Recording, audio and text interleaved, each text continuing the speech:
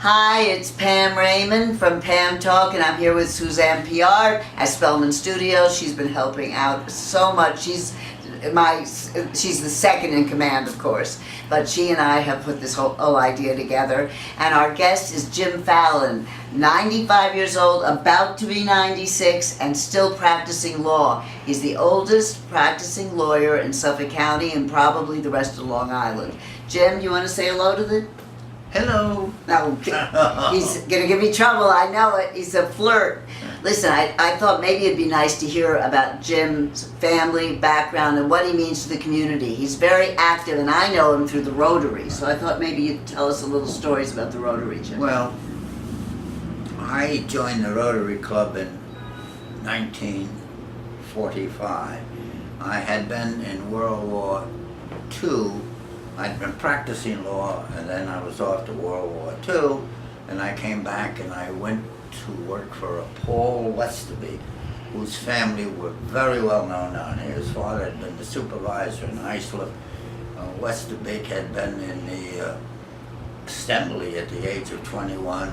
There wasn't any money to be made to get out of that. Dutch ruled in those days. Yeah. And anyway, he was one of the original charter members of Rotary, and he got me in it right away, so that's why I was in it in 45. At that time, I probably was the youngest person.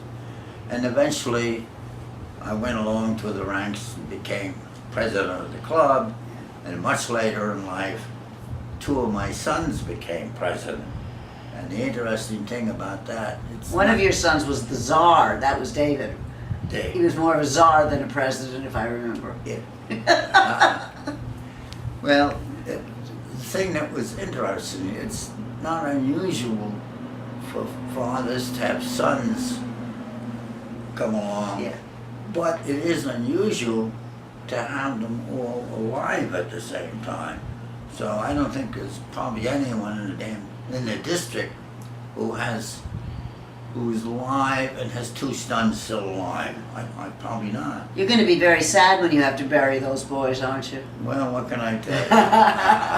Anyway, everybody, this is Jim Fallon, who also is the landlord of this building that we're sitting in right now, right in the middle of town, Fallon and Fallon, and has many more stories to tell. Maybe we'll hear from him another time. Say goodbye, big boy. Goodbye.